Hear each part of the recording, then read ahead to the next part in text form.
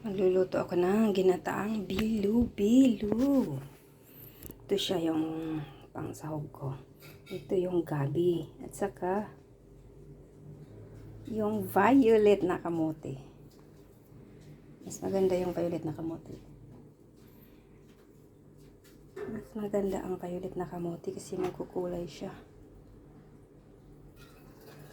Glutinous. O, diba? Yung glutinous nabibili sa saan ba ito? Sa groceries. Oh. Tapos, ito na siya. Nabilog-bilog ko na. Namikos-mikos. Nabilog-bilog na siya.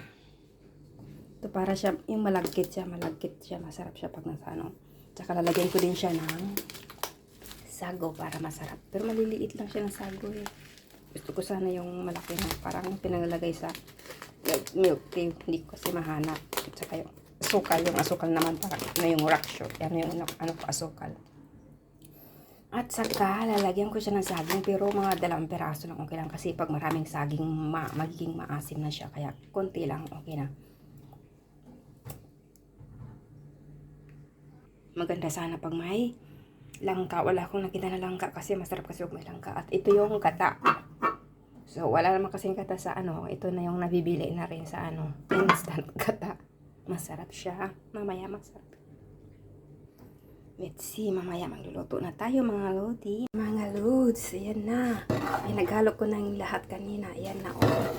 Nakikita mo yung sago. Yung mga maliliit na sago. Ang ganda ng kulay talaga. Pag violet na kamote yung lalagay mo. Hindi mo na kailangan magkulay-kulay pa. Ayan o. Yung glutinous rice. Ayan o.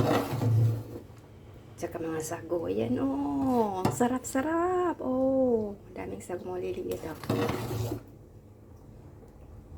Kainan na tayo. Ayan o.